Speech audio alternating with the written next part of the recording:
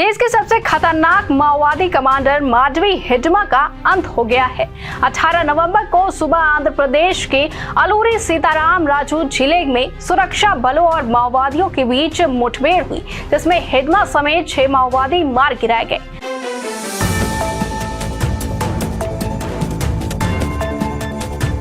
नमस्कार, आप देख रहे हैं न्यूज़ 7 हिंदी और मैं आपके साथ तन्वंशिका।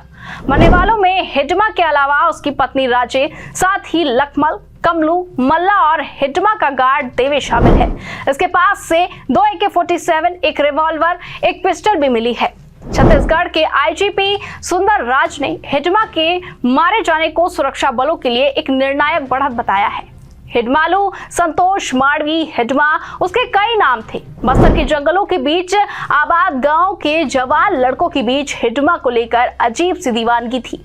माओवादियों पर हमेशा से यह आरोप लगता था कि संगठन के शीर्ष नेताओं में छत्तीसगढ़ के किसी को शामिल नहीं किया जाता, लेकिन सुमा के पूर्ववर्ती से आने वाला हिडमा 44 साल की उम्र में ही माओवादियों की सेंट्रल कमेटी का मेंबर बन गया। आगे चल के दंडकारण्य स्पेशल जोन कमेटी का लीडर भी बना।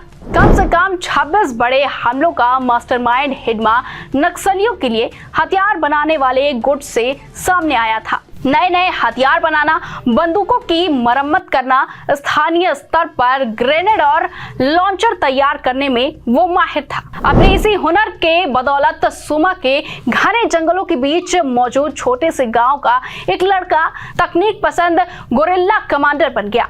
अब हिडमा कितना खुकार था और खात्मा कितना बड़ा अभियान था, ये भी जान लीजिए। बता दें कि 1981 में छत्तीसगढ़ के सुकमा में पैदा हुआ हिडमा माओवादी पार्टी के सेंट्रल कमेटी का सबसे कम उम्र का मेंबर था।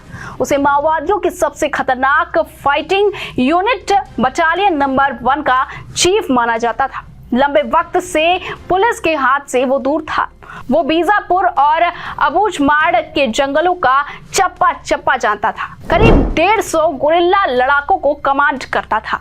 ये लोग सुकमा, बीजापुर और आसपास के इलाकों से आए थे। NIA की मोस्ट वांटेड लिस्ट में भी उनका नाम था और केंद्र और राज्य सरकारों ने मिलकर उस पर 1 करोड़ से ज्यादा का इनाम रखा था। पिछले 1.5 दशक में हुए लगभग हर बड़े माओवादी हमले में उसका नाम आया। मसलन 2010 का दंतेवाड़ा हमला।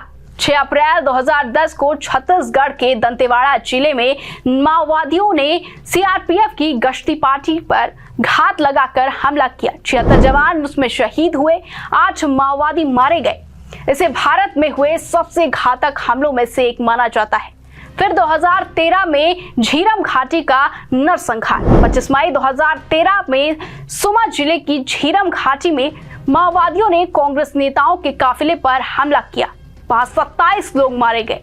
छत्तीसगढ़ कांग्रेस के शीर्ष नेता विद्याचरण शुक्ला, महेंद्र कर्मा, नंद कुमार पटेल समेत कई नेता इसमें शामिल थे। फिर 2021 का सुमा बीजापुर मुठभेड़। 3 अप्रैल 2021 को सुमा बीजापुर बॉर्डर पर यह गोलीबारी हुई।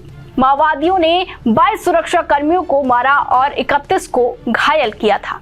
बहरहाल माओवाद खत्म कब होगा, यह अभी भी एक बड़ा सवाल है, क्योंकि ये एक विचारधारा है। तेलंगाना में आज भी जब सेंट्रल कमेटी या बड़े स्तर के माओवादी नेता मारे जाते हैं तो देखा जाता है कि उनके अंतिम संस्कार के समय जो भीड़ उमड़ कर आती है, वो भीड़ उस विचारधारा को मानने वाली भीड़ होती है, जो माओवाद के समर्थन में होती है, और वो इन्हें मारा गया या ढेर नहीं मानते, बल्कि क्रांतिकारी और शहीद मानते हैं। तो विचारधारा कैसे खत्म होगी, यह अभी भी सरकार के लिए एक बड़ी चुनौती है। फिलहाल के लिए बस इतना ही। बने रहिए न्यूज़ 7 हिंदी के साथ।